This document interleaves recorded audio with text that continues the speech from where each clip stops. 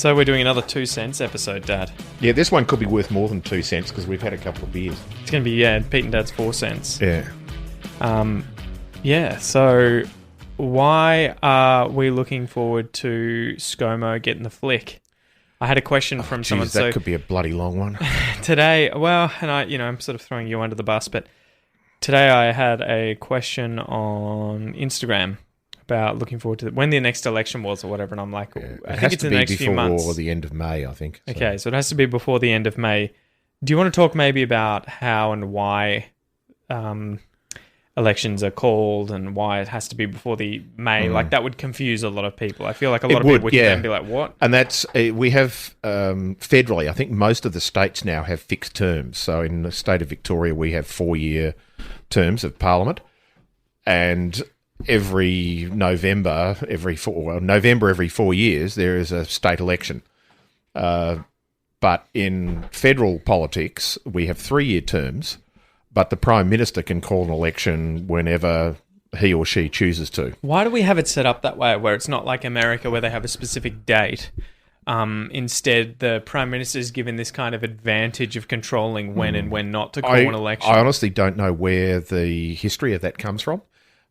It's, as far as I know, it was the way the Constitution was created, so it was set up to be like that from the beginning of Australia in 1901.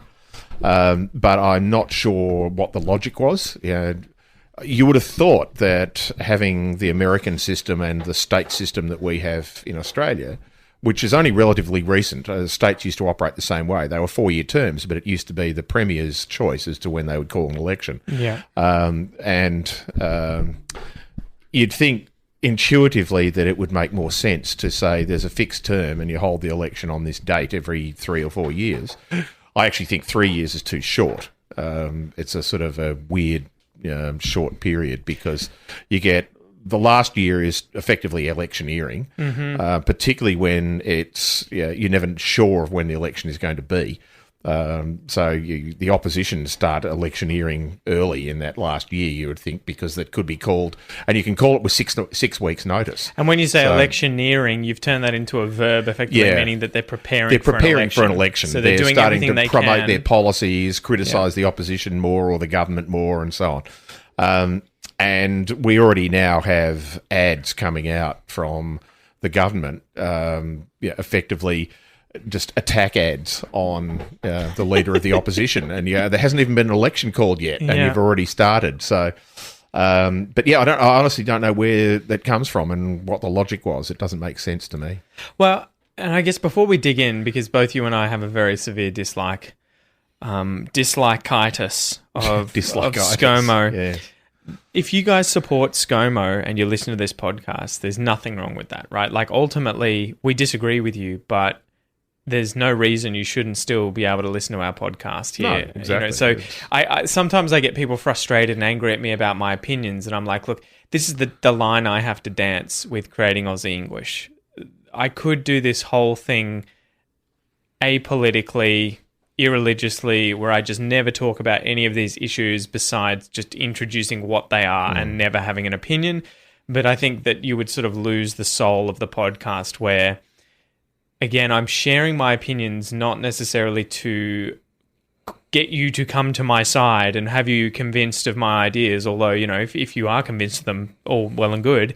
But it's more to just expose you to what Australians think. At least this small Australian sample of two white men who come from one the same town. One of them is old and grumpy. It's to share with you these ideas and be as transparent and open about our views. I follow a lot of podcasts for things like Portuguese and French, and one of the things that always irritated me about them was that they never shared their personal opinions about history, culture, news and current affairs, politics. And so I could never get a deep understanding of what, even if it's one person's opinion and they're going to be on one side of a, two-sided, say, political system. If people are never able to talk about it for fear of, people abandoning ship and not listening to the podcast, it's kind of like, I think everyone loses. So I guess that's my sort of caveat here. And look, I agree. And when you asked me to come on and join the team about a year and a half ago now. It's been a long time. With the Goss. With the Goss, and we did a few other episodes before that. It was always with the premise of just come and tell people what you think. Mm-hmm. And sometimes we've had topics where I've been an expert. Other times it's a topic where I'm giving you my opinion, but it's an informed opinion. Examples of we did an episode ages and ages ago talking about outback travel and safety in outback travel. And that advice is advice in the sense of if you don't do this, you're going to die. Yeah. Whereas our political opinions are not saying this is what you should think and this is what you should do. It's or who you should vote for. Or who you should vote for or who you should support or anything like that. It's really just saying this is what we think, and it's representative of, as you say, it's representative of some people in Australia. And I agree with you. I think part of what I see the value of Aussie English is not just learning how to speak the local vernacular, speak with an appropriate accent, but it's understanding Australian culture. Even if you disagree with it, you're going to hear the argument, and you can have a choice of whether you agree with it or disagree with it, or at least understand it.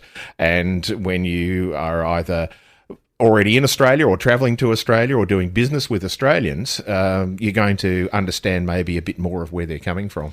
Well, yeah, and that's the thing. You're going to better equip yourself to at least understand what some, potentially a large proportion of Australians think or believe on a certain matter, say in this case Scomo, and why they don't like him. Well, in the case of Scomo at the moment, you can say it's 64% of Australians don't support him. He has a 36% popularity rating at the moment. And when he first got in, it was in the 40s, wasn't it? High 40s, yeah. But I guess that's the basic thing, I guess. Before we get into it, it's don't ever be afraid of the fact that you disagree with certain things that I'm saying, you think that I may not be educated about something or whatever. That's kind of beside the point. The main thing here is for you to just absorb this episode, this information, this English that's being used, form your own views. Have different views, have the same views, it's totally up to you, but to come away with it with something else that's going to better equip you to deal with life in Australia, even if that is just, say, having conversations with people about these political issues, you're automatically, even if you disagree with me, are going to understand, okay, so these are some of the criticisms that people who don't like Scott Morrison you've heard the argument. And so you can exactly. come back, and when somebody says it, you'll have thought about it. That's one of the biggest things that pisses me off about just people in general who have a really, really strong belief or opinions about things, but then never hear out the other side, or even try and fully understand what the other side thinks before getting into an argument. There will just be the whole, well, they're on the other side, so I don't want to hear it. I don't want to know. I don't even want to understand it. And I think that's leaving yourself open to just being, captured by ignorance. If you don't fully understand what your opposition thinks, feels, believes, then you can't better align yourself with reality and what's true, right? And so you're only doing yourself a favor by hearing arguments that make you feel uncomfortable, even if you disagree with them. So, Look, I think I agree with you, particularly on something that is either a new topic or a new experience to people. But there are certainly occasions where I will not even bother engaging with somebody who I know disagrees with me because I'm 99% sure that there's nothing they can say that I haven't heard before and thought about and argued with, and I just can't be bothered. Well, and this is so we can go down a few rabbit holes here. I wanted to talk about Scomo, but I recently invited a doctor of immunology and virology, I think immunology, on the podcast. I'm not sure if he was a virologist or not, but he knows a lot about viruses, to talk about COVID, and that'll be happening in the future, hopefully. But he just, looks at the science and debunks a lot of the misinformation that's going around related to COVID. And I had a massive argument with a friend of mine who I used to do jiu-jitsu with, because he saw me share something. I can't even remember what the thing was, but it was related to either lockdowns or the vaccine, or I don't know. But he ended up, effectively making a little jab about something, and then we got into a full argument that was, I was up until 1 a.m. trying to talk to him. the biggest thing that was irritating with it was that initially he sent me this article and he's like, just read this, and effectively he was on the position that I'm not an anti-vaxxer, but the COVID vaccines are something different, and I don't trust them and the government, and he's sort of a bit conspiratorial there. And I was like, look, I'm happy to read this article, which is incredibly long, and I'm happy to chat to you about this stuff. But my most important thing here is I want to have a constructive conversation with you. That's what matters. So if you honestly want to talk about these things, I'm happy to, but it has to be under the guise of being polite, courteous, and being open to having your opinion changed. And I think one of the first questions I asked him after I read the article was, before I give you my opinion about this and we talk about this, what would you need to know or be presented with to change your mind about what your current stance is with the vaccines not working and lockdowns being, effectively a genocide against humanity sort of view set? Yeah. And he effectively wouldn't answer the question. No, because I suspect he had there's nothing you can say that will change my mind attitude, and therefore the whole discussion becomes pointless. Well, it's fatuous. That's the most frustrating thing with a lot of people, that it's like, I want to do the hard work of having these conversations with people, but from a position of good faith, where I have no problem with you disagreeing with me, but I want to do it in a respectful way. And I want you to, if we're going to have this discussion, as myself, be open to having your mind changed in the presence of evidence. And so as well, that's saying what would be, to this friend of us, like, what would be sufficient evidence that would change your mind about the vaccines? And, it was hard to sort of nail him down, and he was just like, you would have, like, because I've effectively said, look, all you would need, scientifically speaking, is a control population that haven't had the vaccine and have had COVID or have been exposed to COVID, and another population all of whom have been vaccinated and have been exposed to COVID in the same way that control population has been, right? So the only variable there between them, and is there a difference in survivability, right? In how many people have died or suffered, survivorship and suffering. And he was like, yeah, that would be fine. And I'm like, mate, here are 5 studies that I've just found online that are showing exactly that. Just read the abstracts. You don't even need to go through the full study. And it was that thing of, I don't have time for that, man. And I was just like, tap out, and dude.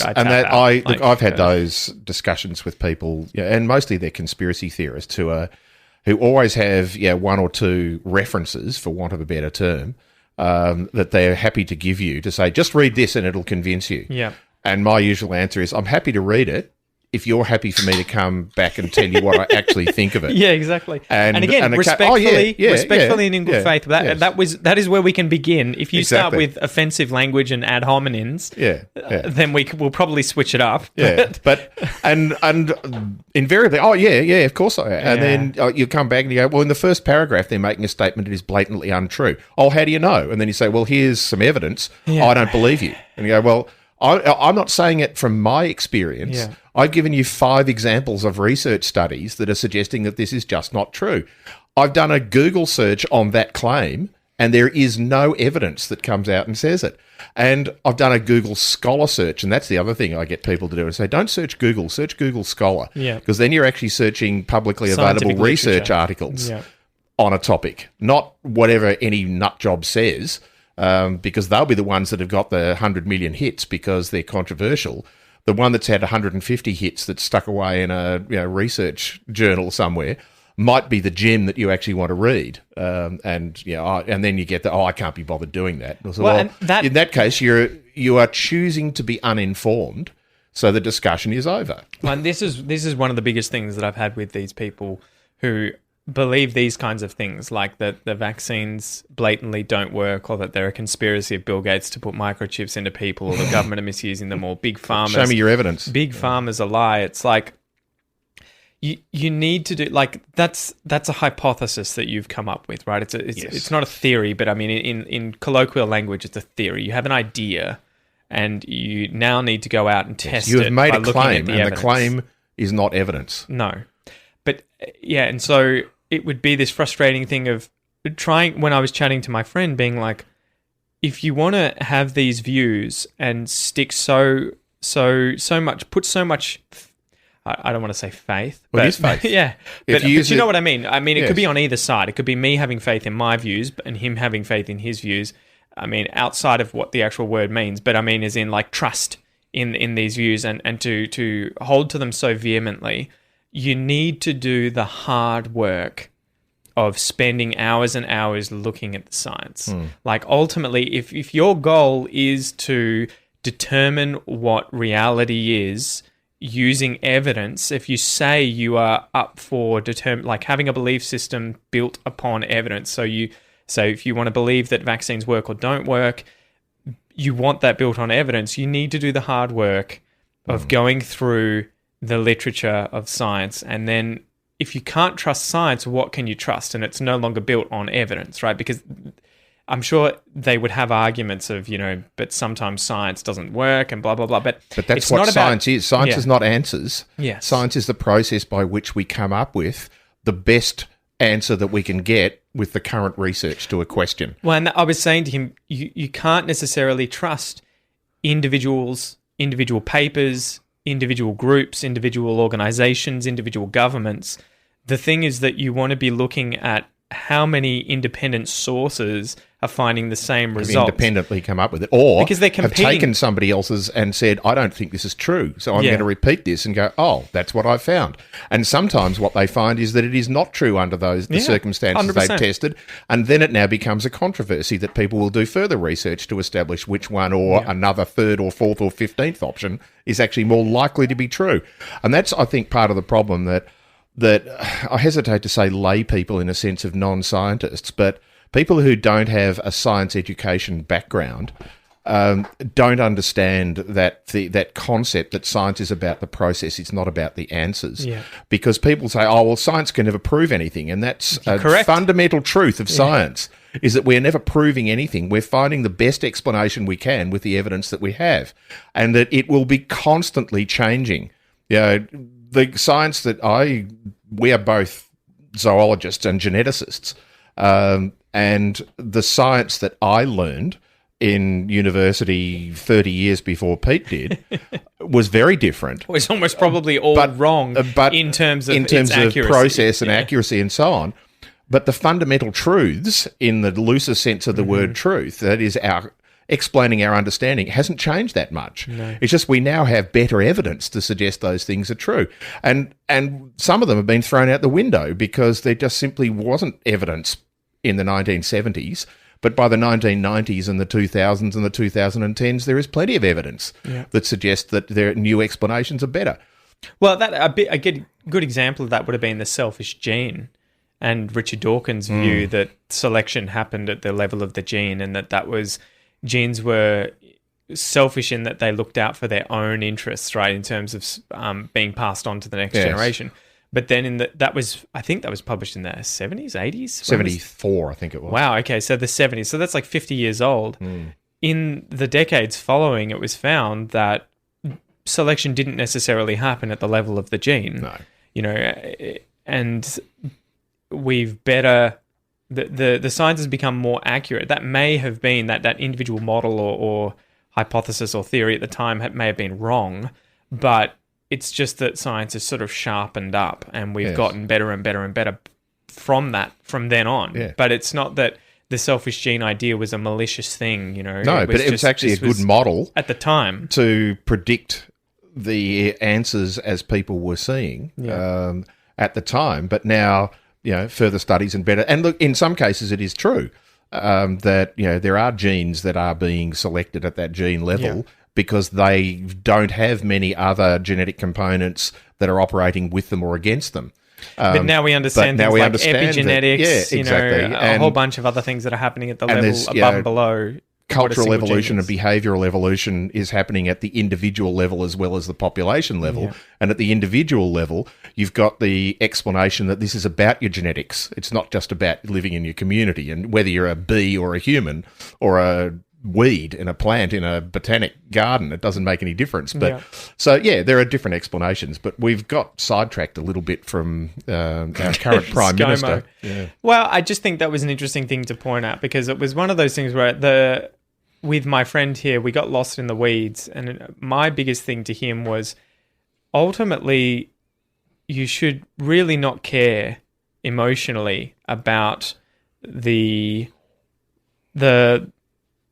final things that you come to believe based on evidence, because it shouldn't be about what you personally want to be true or not to be true. Exactly. It should be based on evidence. And so it's more about you having a good sense-making apparatus in order to deal with, how do I make sense of the world? The claim is, in this case, say that vaccines, are a complete farce and they don't work. It's like, that's one thing, and there's a lot of emotion behind that, which get both sides to pick no vaccines 100% work or no vaccines don't work because they're made by big pharma and the governments and blah, blah, blah, blah, blah.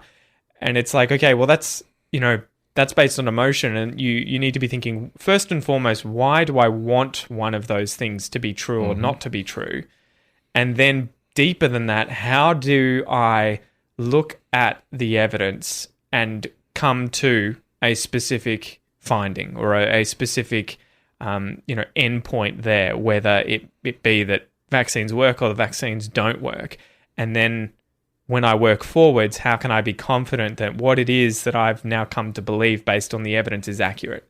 Because that was the argument that I was trying to have with him the whole time, effectively. It was just like, no one's perfect, no one's probably correct about the majority of the things that they believe. The thing that you need to work on and foster the most is, how are you making sense of the world, whether it's COVID related, whether it's politics, whether it's anything else, so that whatever it is that you end up believing or the decisions you end up making are the best possible decisions that you make, right? Like if you were going to invest millions of dollars in a certain company, you're going to do your due diligence and effectively scientifically look at the data to work out, is this a good decision or not? It's not going to be, well, I fucking love this company, so yeah, I'm sinking it, or I fucking hate this company, so I know I'm not. Yeah. No businessman would think that was a good way of determining whether or not you should invest money. I'm sure there are plenty of people in the United States who hated Steve Jobs but have made millions of dollars out of Apple shares because their banks and their finance advisors and things just said, buy Apple 20 years ago. It's really funny where a lot of people, when it comes to something like, say, money and investments,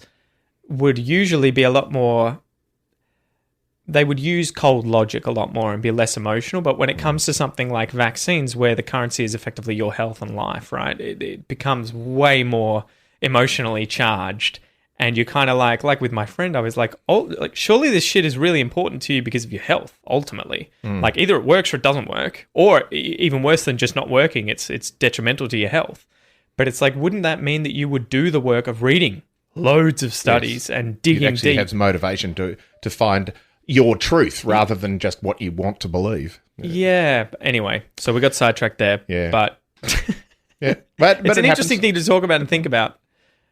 But so Scomo, I guess one of these questions that I had. So we can go through some Instagram questions, because I asked yesterday. And we'll try and do one-liners, not 20-minute diatribes. No. I've got a whole bunch here we can do quickly. But effectively, the first one was, what do you think Scomo's done wrong? I'm always... That is a long list. You don't have to go through all of it. I know, but it sounds like a facetious response for somebody who obviously sits on the other side of politics. But... And I Maybe just mention the biggest ones that you have an issue with. I don't want this to be ad hominem, because I could sit and insult the man, but he's a public servant, and for whatever I think of him, he's running our country. Mm-hmm. But and this is not him in particular, it's anybody who's in politics. When they are proven from the evidence supplied by journalists and their opponents to be lying about things, and then lie about lying. Mm-hmm. I didn't lie. Well, here's what you said. Oh, I didn't mean it that way. Mm-hmm. Therefore, well, you did mean it that way yesterday. Now you don't mean it that way because you've been found out. You were lying at the time. No, I wasn't. Well, one of them's a lie. Either you're lying now or you were lying then. Which one are you going to own? And he just keeps bluffing, and that's the thing that I find irritating. Apart from and the fact that no one calls him out on it directly. Really. Well, there is that too. But there's there's a whole lot of political decisions that he's made that I just disagree with, because I have a different political ideal from the way he operates. Can you name some specifically? Because again, it's one of those things where, like, I think I understand where you're coming from because we talk about this off air, but for people who perhaps don't understand the political situation in Australia. They don't understand what his background is, or perhaps they support him and are like, hey, I want to hear what the criticisms are. What are some things well, that there's an easy one that came up this week, and that is, well, last week.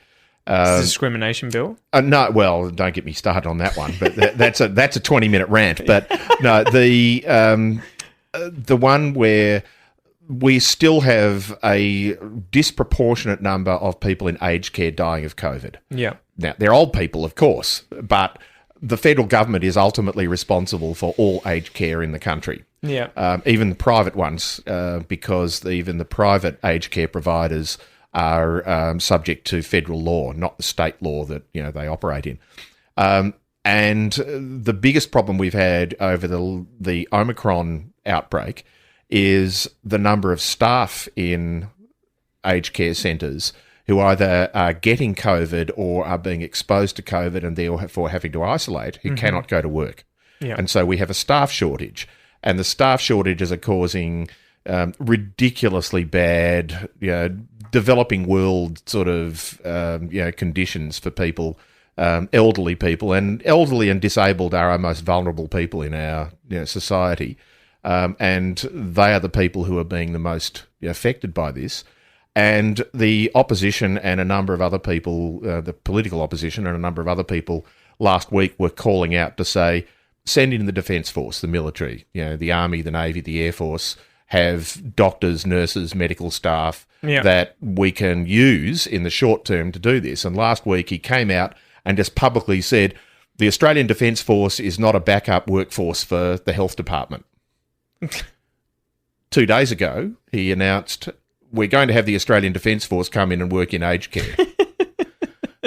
Now, you can say, oh, he suddenly got better educated and made this decision. But no, he didn't. The only thing he got better educated about was the outcry from the public to say what a stupid thing to have said last week. And so he changes his mind. And that's the thing, is that this case, it wasn't a lie. It was a political statement he was making, is that I'm never going to have the army coming in and working in here. And then 4 days later he is, because it's politically convenient for him. And so he's making policy on the fly based on knee-jerk reactions to what appears to be public opinion. Now, of course, you would like to think that our government would listen to the public and do what was in the best interest of the public, but you don't do that on a day-to-day basis based on popularity polls. Well, what was that thing that came out recently? I'll see if I can quickly find it on Facebook. I think I shared it on my wall, if I can actually navigate my Facebook here amongst all of the other things. Yeah, okay, so here it is. So what colleagues think of Scott Morrison? He's a hypocrite and a liar from my observations, and that is over a long time. I've never trusted him, and I dislike how he earnestly rearranges the truth to lie. That was from Deputy Prime Minister Barnaby Joyce. Yeah, who has tendered his resignation. He retracted it and tendered his resignation. And Scott Morrison like, didn't accept it. It's fine, you can stay. You can stay, because you could say, to give him his due, you could say he was being magnanimous and saying, I forgive you. But he has a one-seat majority in Parliament. If all of a sudden, he doesn't have a majority, he cannot rule. So then we had, he is a horrible, horrible person. I do not trust him. He is more concerned with politics than with people. And that was from Gladys Berejiklian, who was the former Premier of New South Wales. The Liberal Party. The second most powerful Liberal in the country at the time. So. And she's someone I really dislike because of policies that she's had and things that she's done.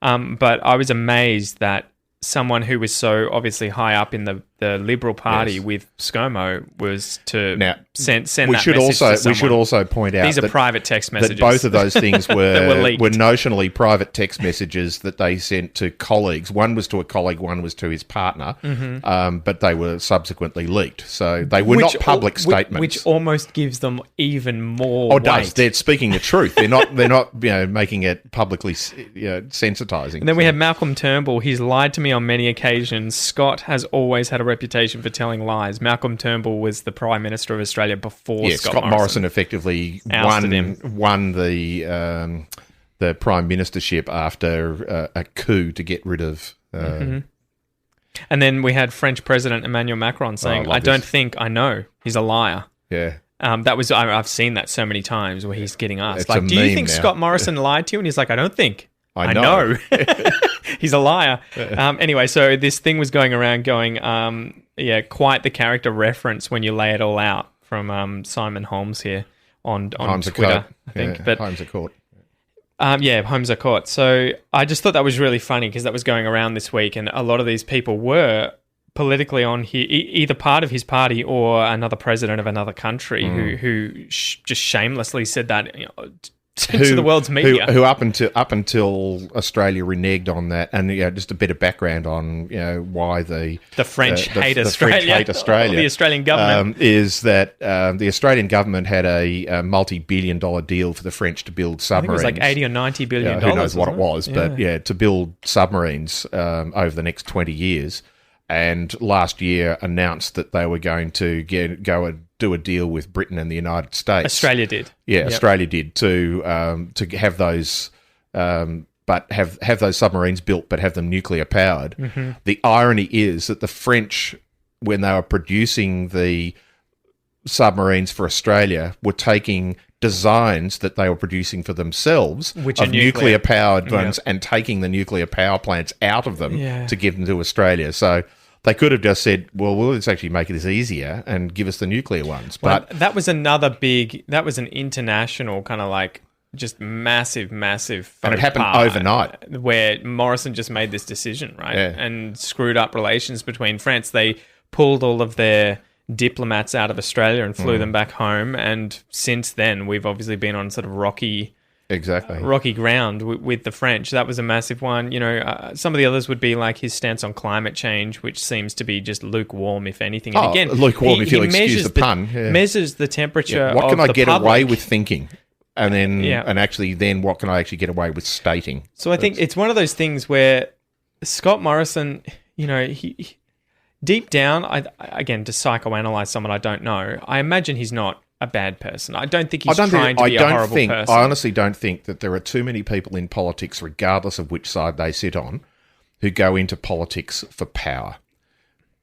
Initially. They go into politics as public servants. They go in to serve their community, but they can get consumed with the internal politics of within their parties. Mm-hmm. To not necessarily for themselves to have power, but for the party to have power. Yeah. Well, and that's what it becomes. And this is a big issue. We're talking about how 3 years wouldn't be enough because, you would just end up with the whole 3 years when a prime minister is elected would just become, how do we maintain power? How do we get elected again? And you get nothing done. I would call it a joke if it wasn't a joke.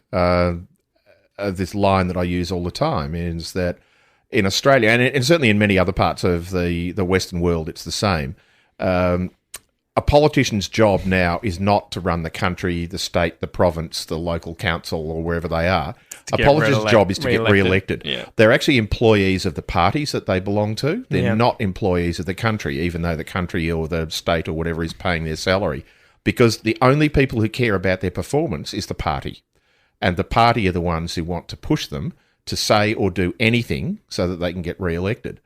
And so you've got to blame, in many cases, the party machinery, all of the administrators and strategists that sit in the background of these political parties, of saying this is what you can say, this is what you can't say.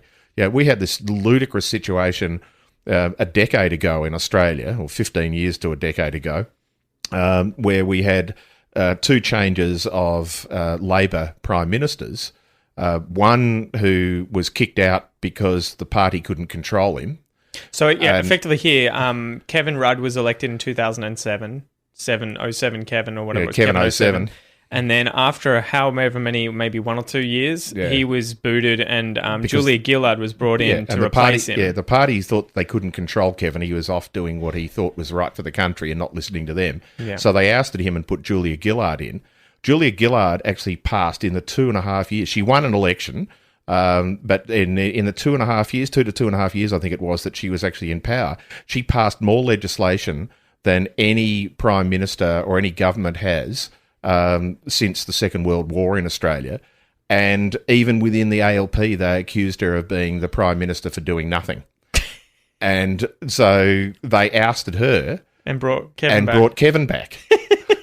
And this is not public outcries from the Australian people saying that Kevin is useless. We need a better prime minister. Yeah. This was the party internally deciding who was going to run the country. Well, and this is where we differ from, say, America, where it comes to we get to elect our local members, and that sort of ends up being the party that gets elected in the country, right? Mm-hmm. If enough members from, say, the Labor Party get elected across the country, you end up with a Labor government. Yes. But then within the Labor Party, they're the ones who decide who the leader of the party members is. of them elect a leader, and that's that the becomes prime minister. So we never get to elect who our prime ministers are. We know who is the leader of the parties. At least at the time of election. At the time of the election, but it doesn't mean they're going to be, because certainly in Australian politics over the last 30 or 40 years, there have been many occasions of prime ministers who have won elections being ousted before the next election because the parties don't think they can win the next one. Which is what happened with Turnbull. Yeah, right. Exactly. Malcolm Turnbull in the Liberal Party, the most recent one, was turfed out before election because they thought they wouldn't win it with him. Yeah. And then they put Scott Morrison in. Scott Morrison won the election, and either they'll probably do it again, and the you would country's imagine. Gone down the toilet since. Yeah, or they'll just end up losing the election, I would imagine. But yeah, so again, it's not really to try and proselytise to you guys and convince you guys to never, support Scott Morrison or never vote Liberal, but it's just to share why Labor voters and people who don't vote for Liberal as a whole kind of don't like at least Scott Morrison and the Liberal Party. The Liberal Party is kind of a different animal, I think. Scomo seems to be like, obviously that's a single individual and on a personal level. I think one of the things that the biggest red flag is that he just lies and keeps getting caught in them, even though he just doesn't admit to it. You never know what he's going to say and next. You just can't trust anything that he says or does. You don't know what he's going to do. I think some of the massive things, one of the earliest ones was when how he handled the Black Summer bushfires, and the fact that he went away on holiday and lied about going away on holiday, and then when he went to Hawaii whilst the fires were ravaging our country and people were dying, and then came back in the middle of it. And now, tried to give do him his due, it wasn't a fully fledged conflagration of a third of the country when he left, but there was certainly plenty of bushfires going on, and it was getting to the point of national emergency. Yeah, and he's entitled to have his holidays. Yeah, but again, it's just one of those things of if you're the leader. Yeah, that if you want to have holidays like that, again, even if you're entitled to them, it's like tap out, dude. Don't be the leader. Exactly. If you can't handle the heat in the kitchen, get out of the kitchen. Yeah, and then when you have, and just to use one from each side of politics, state premiers who, Gladys Berejiklian, the Liberal Premier of New South Wales, and Dan Andrews, the Labor Premier of Victoria, who from that time, effectively from December 2019 until the end of 2020, so for 13 months, they didn't take a day off. Yeah. They were on television once or twice a day giving press conferences about the bushfires and COVID every single day. Yeah. Again, whether you like them or not. That's not 5 days a week. That's 7 days a week. No matter which side of politics you sit on, they go, this is leadership. These are people who are saying, I'm going to stand in front of a camera and I'm going to answer questions. And be accountable. And certainly, and we didn't see a lot of the New South Wales press conferences. We saw the highlights on television, but obviously living in Victoria, we got to see the Victorian ones. And Dan Andrews would stand in front of a camera for an hour and a half answering questions every day. Yeah. And he would say, I will stand here until I've answered everybody's question. And there are occasions where he had to go. I mean, Parliament was sitting. He has to go. If there's a call, a split in Parliament, he has to go and vote. Or he's got a meeting with another diplomat or something. But if he was available, he was available. And I think that's the sort of leadership you have, not the 10-second grabs of, our thoughts and prayers are with them and see you later, which was what we were getting from federal politics. Well, and just some of the tone-deaf things of coming back and trying to get all of these photo ops with people who are suffering in communities who'd lost, say, 2 firefighters, young men firefighters had died whilst fighting these fires, and he came and was just trying to force handshakes with the firefighters. And they were people just turning their back on him just telling him to F off. Yeah, I love that woman, the driver of the truck. Yeah. Who just wound down her window and said, "Hey, Morrison, you can fuck off."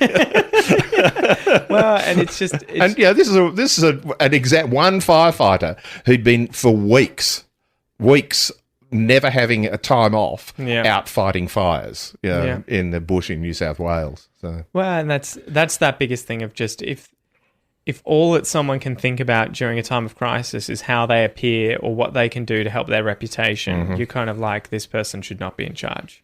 yeah. So yeah. Anyway, those are some of the biggest things and the main reasons that anyone else in the Liberal Party, it's like, I wish Malcolm Turnbull was back. Oh, look, yeah, Malcolm was. He's a good guy. Malcolm was hamstrung. He was sitting on the wrong side of politics. Yeah, because in terms of his social policies and his understanding of education and science and everything else, he should have been sitting on the left side of politics. But, All right. Sorry to make it so political for so long. You guys have been waiting around. That was question number one. Let's get into... Yeah, that was actually... Which city is the most beautiful and best place to visit in Australia? Melbourne. Next question. All right, okay. Melbourne doesn't count. Now what? Look, and if we're talking about state capitals, or even throw in Canberra as the federal capital, or throw in Darwin as a territory capital, I think every one of them has reasons to be visited. I joke about Melbourne because I grew up in Melbourne. Lived in Melbourne for 40 years, and for my entire life, have lived in, other than time overseas on holidays and for work, I've lived in Victoria. So I actually do believe Melbourne is a wonderful place. If you are looking for the prettiest, most visually spectacular place to go to Sydney, no question. Sydney Harbour is one of the world's great tourist places to go. And if you want to go there as a tourist, the single best thing to do is to go down to Circular Quay, where you can see the Sydney Opera House on one side, the Sydney Harbour Bridge on the other side of you. You can feel like you can reach out and touch them because they're literally within 800 metres of you. And you can walk over the bridge, you can walk around the Opera House and so on. Go and jump on the ferry to Manly, which will cost you a few dollars. You get the normal ferry one way and the fast ferry the other way, just so you get the experience of doing it that way. For $20, I don't know what it is, for somewhere around $20, you'll get a return trip on the ferry. You get effectively a cruise without commentary through Sydney Harbour, which is one of the most beautiful waterways in the world. You get over to Manly, you land in this beautiful little cove inside the harbour. There's fantastic shops there. You walk through the shopping centre about less than a kilometre, and you're on one of the world's great surf beaches. And you get that in a city. Do you think that Sydney's kind of getting destroyed as the decades roll by because of just the population and the cost of living there and everything? It'll in terms of living there, yes. But Melbourne is very similar. Cost of living in Melbourne is very similar. We hear about Sydney all the time because it sort of has that reputation. Well, its prices went up, 34% in the last year, and now the average house in Sydney is $1.6 million, and it's increasing by $1,100 a day. $1,100 a day, over 2021. Which is just insanity. I know. You're just sort of like, this is... But Melbourne wasn't far behind. Yeah. And in fact, in the last 3 or 4 months, Melbourne and Sydney have grown the least in Australian capital cities because people have realised that you can go to Brisbane, Adelaide, Hobart, Perth, even to Darwin for less than that. So if we're going to do the rounds, Brisbane is... I'm not a fan of Brisbane. There's nothing wrong with it. I just don't find anything particularly for me to do in Brisbane itself. But if you go a little bit south or a little bit north, it's fantastic. A little bit south, and you've got, they call it Bris Vegas, the Gold Coast, which is without the casinos, it's like Las Vegas on a surf beach. Yeah. And it's if you want that sort of a holiday and that sort of place to go, it's wonderful. And it's good surfing and a few sharks, but and further north, some of the best beaches and best little coastal towns in Australia. Adelaide the joke is because my wife, Pete's mum, grew up in Adelaide. I say she grew up in Adelaide. I think she grew up in Melbourne. She lived in Adelaide for 12 and a half or 13 years. But and the joke in Melbourne is that if you want to know what Melbourne was like in the 1950s, go to Adelaide. Although it should be moving forward at, about the same. No, I think I don't think it's changed. You don't reckon? It's not the 60s yet, and or the funny 70s? thing about that is that both people from Adelaide and Melbourne agree with that. Adelaide people are proud of it, and Melbourne people think they're poking fun at it, but they don't realise that Adelaide are proud of their heritage. Quiet and nice. It's quiet. It's a pretty little town. It's flat. It's a pretty little town, but it's got hills close by, some of the best wineries in the world within an hour's drive of the city, which Melbourne has as well, but the Barossa Valley and the Southern Vales down at McLaren Vale and things just south of Adelaide, beautiful places. Perth is a spectacular location, huge river estuary. It's got some amazing beaches. And the beaches look insane. They are. With just how turquoise the water is, the white sand. White, long strips of white sand. Yeah. It's a spectacular place to go. The only challenge you've got in Perth, which again people who live in Perth love it, is that it is the largest isolated city in the world, or the other way of looking at it is the most isolated large city in the world. Isn't it closer to Jakarta than it is to any other city in Australia? It's closer to Singapore than it is to Sydney. That's mind-blowing, And, so... and that Australia is a big continent, but Adelaide is 3/4 of the way across the country, and it's the next big city. There is nothing other than, in terms of large populations, between Adelaide and Perth. Just small towns, right? Yeah, there are a few small towns and a whole lot of not very much. It's funny that most Perth people are like, we're happy with that. We want to keep away from the rest of it. Exactly.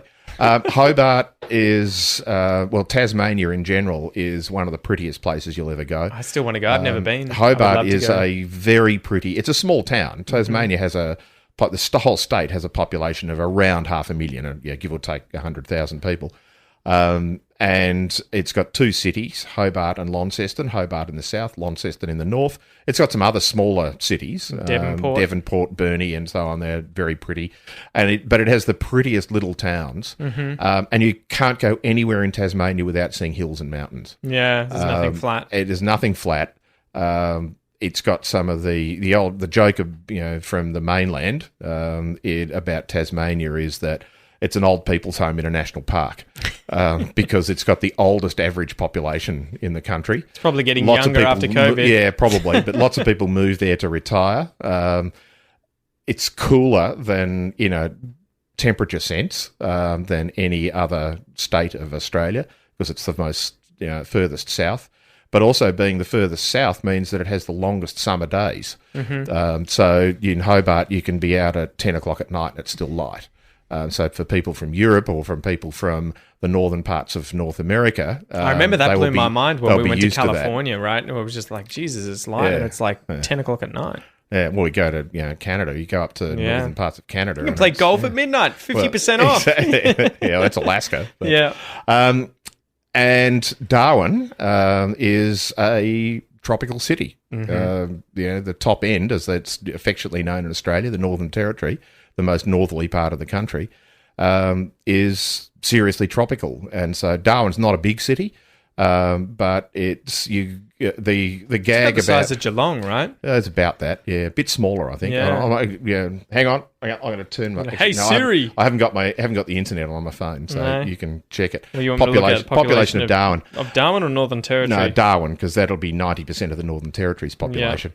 Darwin's the joke about Darwin. 132,000. So it's smaller than Melbourne. Smaller than Geelong. Cairns is bigger than that. Far out. Yeah. Didn't realise. The gag about Darwin. I had a friend who is from Canada, and he came to work in Australia for a couple of years. And when he'd been here for a few months, he said, "I've got this friend in Darwin, and she wants me to come up and see her. What's the weather going to be like?" And I said, "It'll be 33 degrees. It'll rain at 4 o'clock." And he went, ha, ha, ha. And I said, "No, seriously." And then he said, "Well," and it was October. And I said, "That's the beginning of the wet season." Yeah, there's,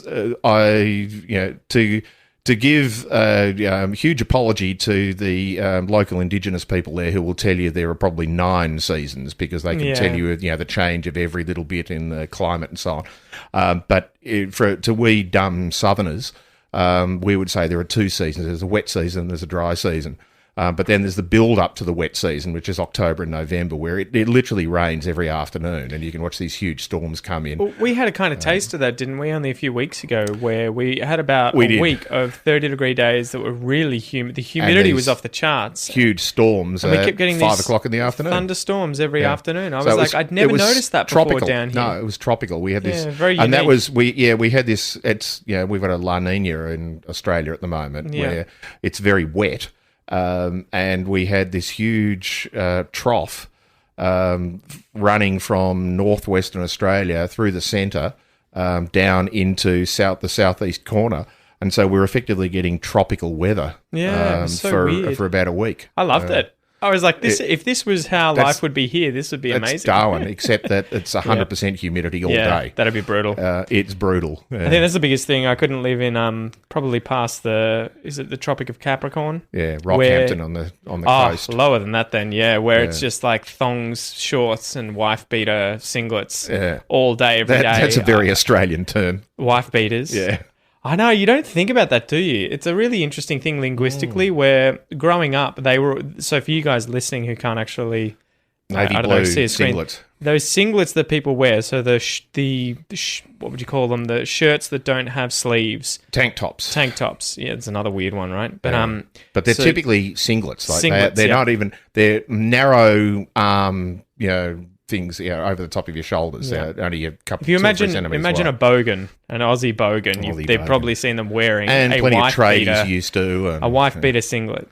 But for some reason, I guess they got associated with people who beat their wives. Yeah. And they get called wife beaters. Which is completely unreasonable because there is nothing to suggest that working class people who wear blue singlets are more likely to beat their spouses than anybody else is. Exactly. But it was just a funny thing. I remember growing up and always calling them wife beaters because that's what everyone else called them, and never making the connection between the word wife beater for a singlet and what that actually meant in terms of someone who bashes their wife or beats their wife. It was just one of these funny linguistic things where later on when I was trying to teach that and being like, oh yeah, we call this a wife beater. You're explain this. No, well then you're like, oh crap, that actually is like someone who bashes their wife is the name that we give it. And there are quite a few of those where my wife will be like, what is it called? Yeah. And you'll be like, actually, that's a bit of a weird phrase, or it's a compound noun or something. And it's completely inappropriate as well. Yeah, that's it. So yeah, wife beaters, that's an interesting one to be aware of. So yeah, well, that's a good tour of Australia. I think ideal city-wise, I think I would have something the size of Canberra we didn't do Canberra. Somewhere like Sydney or Brisbane that was laid out like Melbourne. On the beach. Yeah, that was laid out like Melbourne. So that you had a surf beach nearby. It was small, a few 100,000 people, and it was easy to move through because it was set up on like Melbourne via a grid as opposed to Sydney, which seems to be just haphazardly put together. Yeah, Canberra's a good example. That's the one we didn't do. Well, do it. Canberra is obviously the capital city of Australia. It is a designed city. At least it was designed when it was first laid out in the 1920s. And it became the capital city of Australia after Melbourne was sort of granted capital status, in a sense that there really wasn't a capital city, but Melbourne held the federal parliament for the first 20-something years. I think it was 1927, so 26 or 27 years before Parliament House was built in Canberra. So it was planned, it was created to the point of damming a river valley and creating effectively an artificial lake and building... What's the lake called again? I've forgotten. Burley Griffin, after the architect who designed the city. Yeah.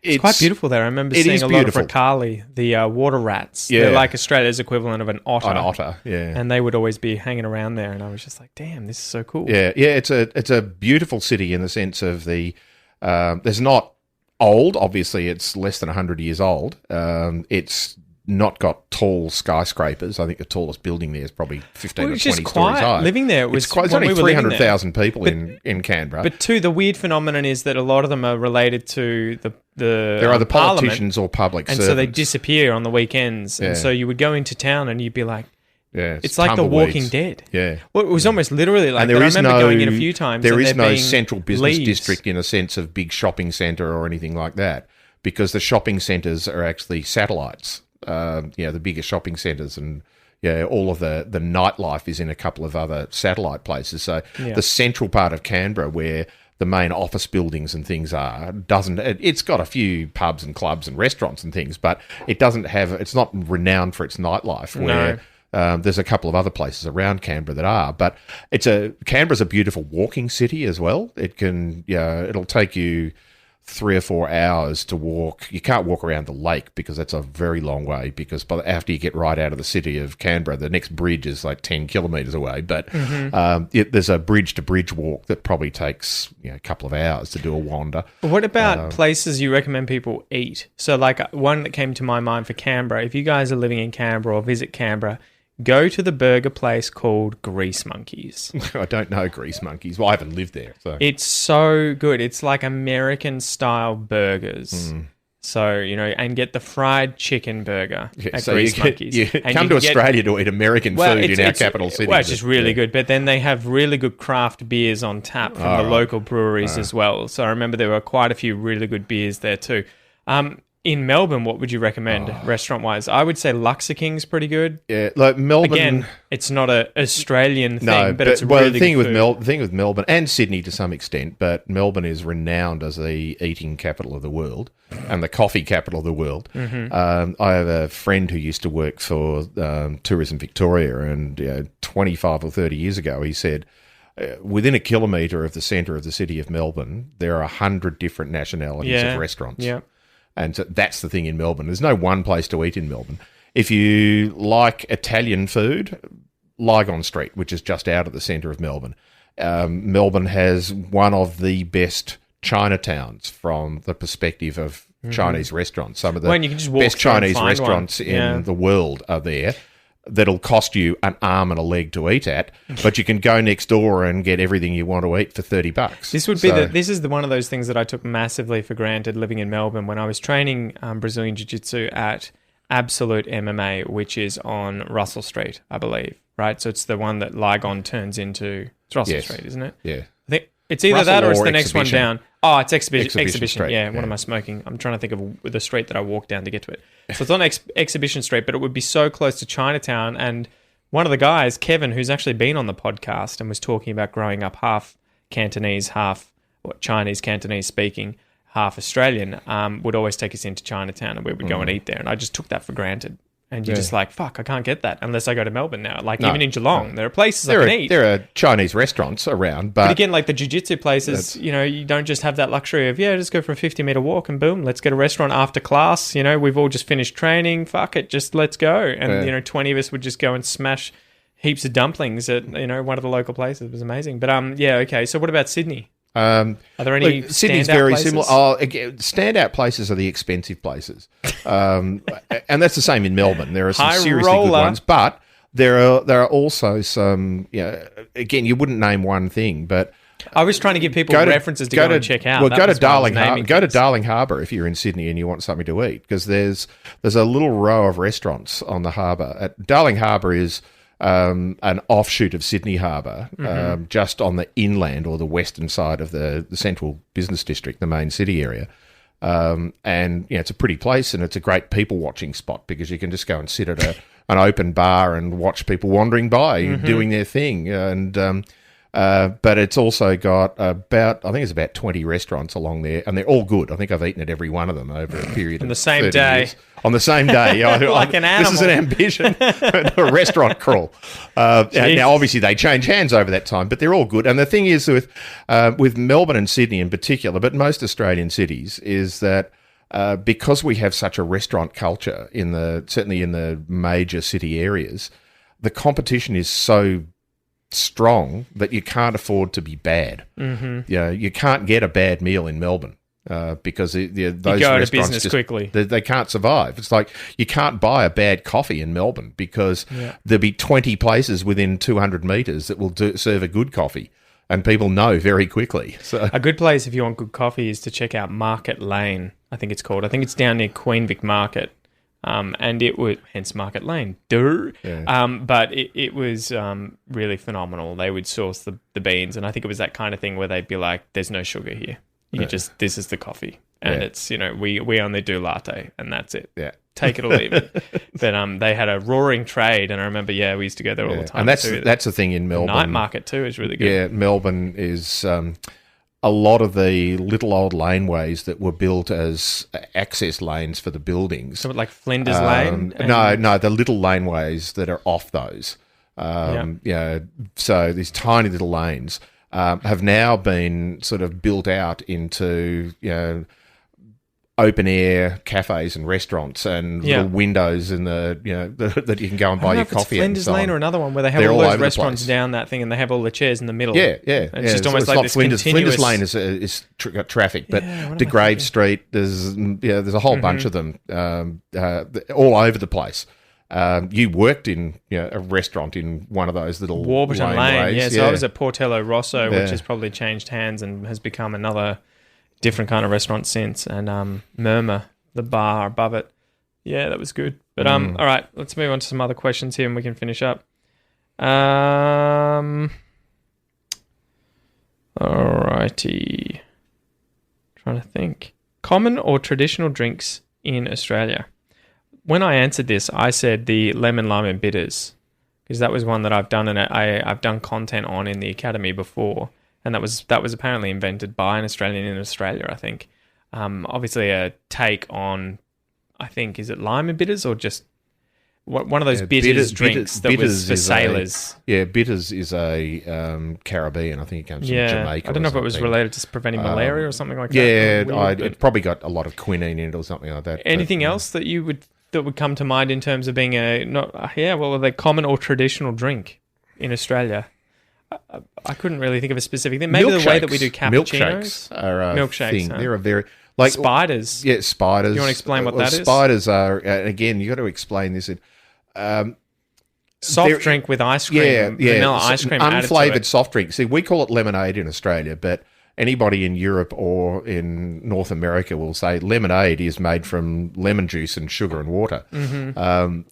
This is basically... Sprite lemonade. Sprite. Again, you can use brand names to explain it, but it's fizzy soft drink with ice cream and flavouring in it. It's a spider. But it can be any soft drink too. I take it evolved later and was like, okay, now the Black Widow used to be the one, and that was Coca-Cola and ice cream. So it's weird, isn't it? You wouldn't think adding dairy to a soft drink would be good, but it's freaking good, guys. But milkshakes are a thing that just always been a thing in Australia, and you can buy shakes in North America and so on, but often they're made with shaving cream, as my father used to call it. That Dairy Queen is the brand. Up on the top of it. But real ice cream and milk and flavouring blended up. Yeah. But in terms of what most people drink, beer and wine. How do you describe Australians in general? Geez, that's a difficult one. Fuckwits. No, I think most Australians are opinionated but friendly. That's close to what I said. I think I just said laid back and friendly. I think opinionated is right. I think you would add in a dinkum decent dose of what would you say, skepticism of authority, or dislike of authority, and informality as well. I say opinionated in a sense that Australians will tell you what they think mostly, but it's in a friendly sort of, this is just my advice or this is what I think, sort of not telling you what to do. Yeah. But I think most Australians are easygoing. I think it is a good thing where we're very self-deprecating, we're open, friendly, willing to chat to just about anyone about anything, really. And I think you shouldn't be afraid to talk to people you don't know in the street, sort of thing, in Australia. Whereas if I were in other countries, I remember having one friend from Estonia come to Australia, and he was like, "It's fucked up here, man. You can just smile at anyone, and they smile back." Yeah. In Estonia, if you smile at someone, they're going to think you're a psychopath. Yeah. Well, they just think you're a weirdo. Yeah. Why are you smiling at me, you fucking weirdo? Yeah. In the street, and you feel like it's almost if you live in Estonia, you've got nothing to smile about. Sorry to all of our Estonian friends out there. That's brutal. I know, but hopefully Martin. I hope Martin will listen to this. Yeah. Hi, Richard. How you going? They're Estonian friends that I used to live with. Yeah. Yeah. Okay. Yeah. But I think there's And sometimes you've got to scratch the surface to see it. Good example of that is if you drive into a little country town and you go into the local bakery to get a pie, very Australian thing to do, and a vanilla slice. Snot block. A snot block. We'll have to do traditional Australian foods one day. You'll get a big, they'll typically be either, and this is complete cliche, there'll either be a fat old woman or a bunch of young teenage girls working behind the counter. And they'll call you love or doll. And the girls will be polite and hand you things, but the big old ladies, you go, how you going, love? What would you like? Beautiful day out there, isn't it, mate? Yeah, oh yeah, really? Yeah, look, Uncle Bert told me the other day that it was going to rain, but he's got no fucking idea. And you'll get the life story from there in 5 minutes.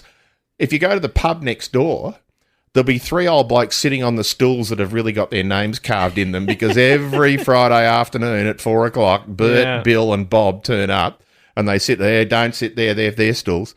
And if you walk in there and there's nobody else there, the 3 of them will turn around and look at you and you'll feel like your grandmother's grave has just been walked over. I've had that a few times happen in small towns and you just But like, if you walk over and say, yeah, I know, but if you walk over and say, g'day fellas, I'm just looking for, blah, blah, blah. Like, oh, well, you go down the road there. Oh, thanks, mate. Can I buy you beer? She thought you'd never ask. Yeah. No doubt. So, sometimes you've got to scratch the surface a bit, particularly in country towns. And I think I've used this gag before about, one of the differences between Melbourne and Sydney is if you want to know the difference between Melbourne and Sydney, go and stand on a corner in the central business district and open a map. In Sydney, the first 5 people that you'll do, 3 or 4 of them will just bump into you and tell you to get out of the bloody way. In Melbourne, I'll almost guarantee you that 3 out of the 5 of them will say, do you need a hand? Mm-hmm. You want to know where, you're right? Yeah, you're looking for something? And that's just a difference between Melbourne and Sydney.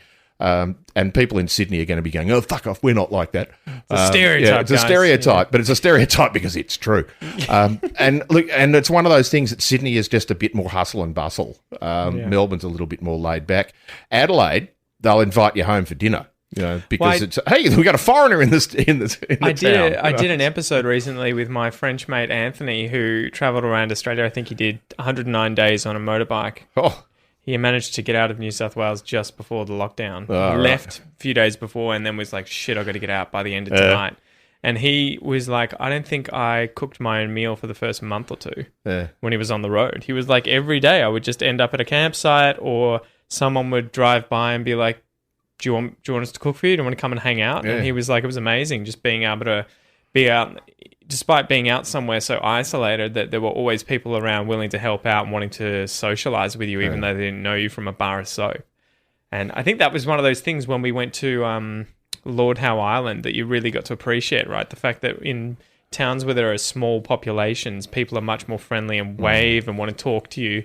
And you get this kind of weird feeling initially. You're kind of like, the fuck? Why is everyone wanting to interact with me all the time? I've just come from the Melbourne city and no one does that. The thing is that Lord Howe Island is really interesting. And there's only a few hundred people there's only there, about 350 people that live there, and you cannot buy property there unless you're a local. And so everybody there knows everybody.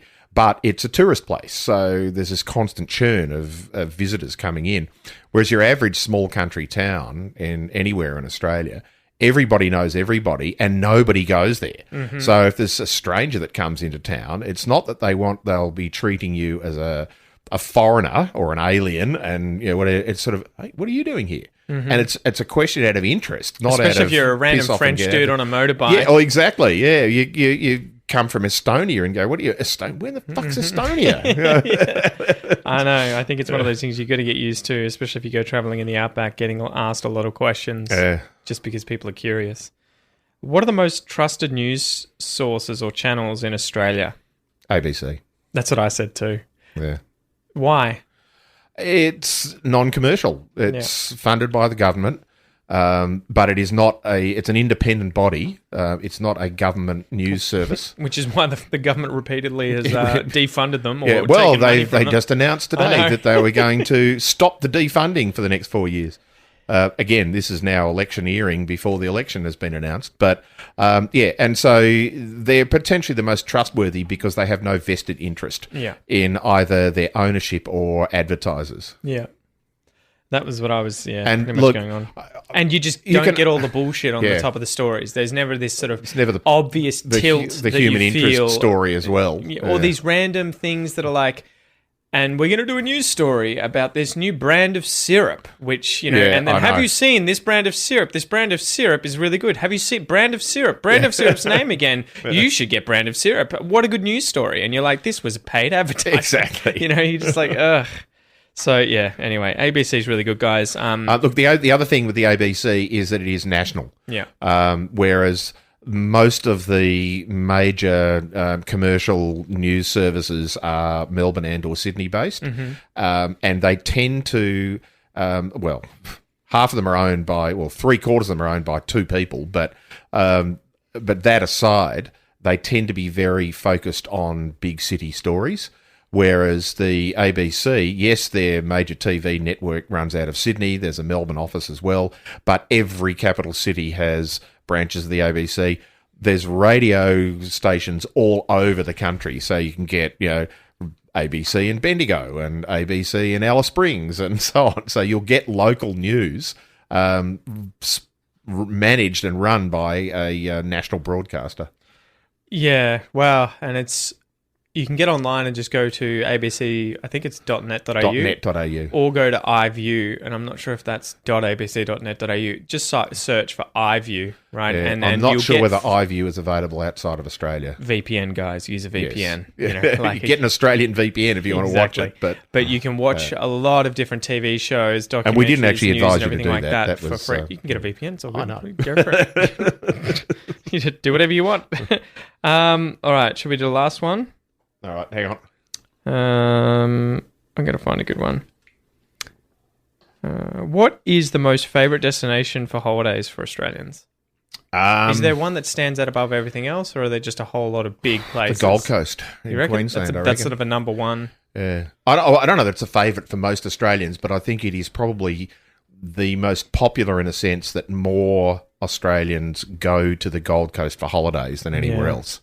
It's a bit of a bogan destination. It's sort of like Australia's Bali, right? Yeah, a bit like that. I think I would like to go there, but I'm past that age now. I wanted to go night clubbing or any of that kind of crap. We're going there in May because there's a bird photography conference on, and it just happens to be in a major hotel conference centre in Southport. You go to the nightclubs. Go to the clubs get messed up. Get drugs and go and lie on the beach. No. Yeah, I don't know. I'd say that, but look, one of the things that you'll find in Australia as well, particularly if you're coming from Europe, Europe is extremely multinational in a sense that most Europeans have travelled to a lot of other countries because they're close by.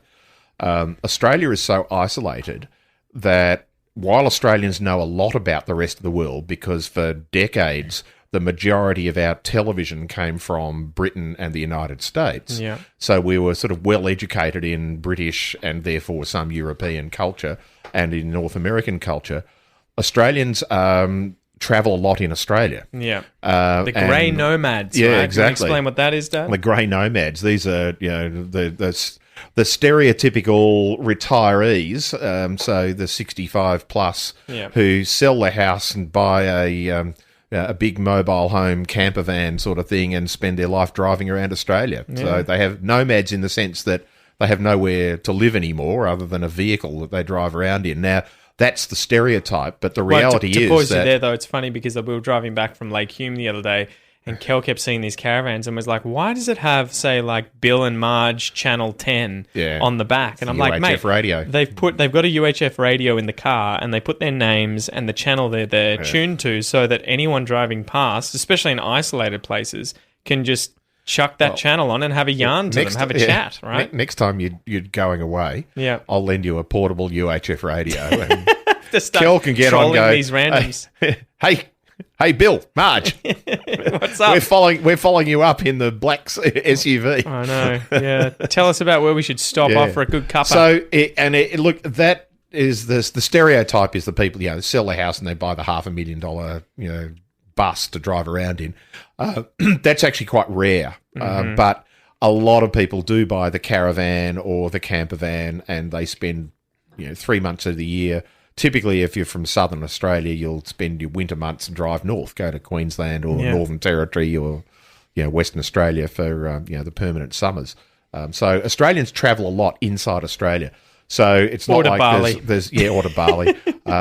So it's not like there's one single place that people go to, because there's all sorts of places to go for holidays. It's sort of like the British, and where is it in Spain that they all go? Is it Well, they go to the Mediterranean coast. Yeah, there's a whole bunch of places. Is it Gibraltar? There's a whole bunch of places. They have that stereotype of what Brits tend to go to. The south of Spain or the south of France, right? And just south of France, a little bit more expensive than the south of Spain. Yeah. All right, so should we finish up there, Dad? We've been having a yarn for about an hour and 15. Run out of questions? Oh, there's loads more, but one more. All right, what's true love? I said my answer was being able to go to the toilet in front of your partner. It's probably a fair explanation, but not exactly a romantic one. No. Look, having 3 days ago celebrated our 39th wedding anniversary. Just drop some numbers there. Just drop some numbers. Yeah, I think true love is still being as in love with a person after 40 years as you were after 40 days. I don't know how you don't tap out after 40 years. I reckon Kel and I probably got a good 10, and then maybe we'll just go different ways. No. Kel won't listen to this episode, guys. Yeah. No one tell her that I said that. They will all be personal messaging her. That's it. Did you hear? At 1 hour and 16 minutes, Yeah. you're son of a bitch husband. No, it is one of those things where, I guess it's just taking pleasure in the everyday moment and being around one another, right? Like it's hard to sort of determine what true love is, but being able to enjoy just being around one another. Look, a friend of mine, high school friend of mine, on her 31st wedding anniversary a few years ago, somebody asked her, apart from all the congratulations she got on social media and stuff, somebody asked her, so what's your secret? Is it finding the right person? And she said, no, it's being the right person. Mm-hmm. Which is... Working on yourself. It sounds deep. Doing the work. But it's just saying, it's... My relationship with you is not up to you.